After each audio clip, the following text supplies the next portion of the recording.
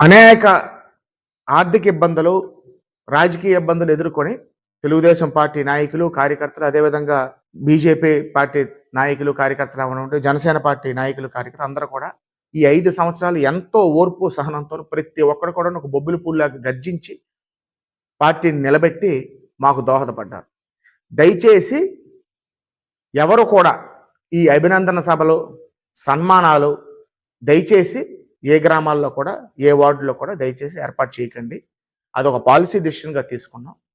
మనం సంతోషంగా మనం అందరం చేసి అందరూ వచ్చి కలిశారు. మీ చెయ్యి స్పర్శ నాకు తగిలింది.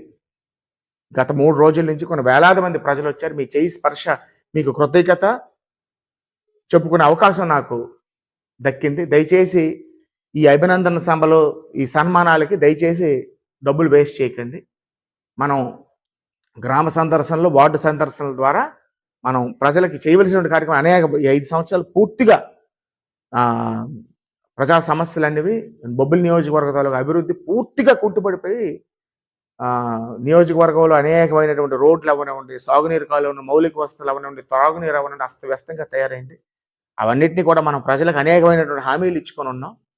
వాటిని మనం అందరం కూడా బాగు చేసుకోవాలని తెలియజేసుకుంటున్నాను.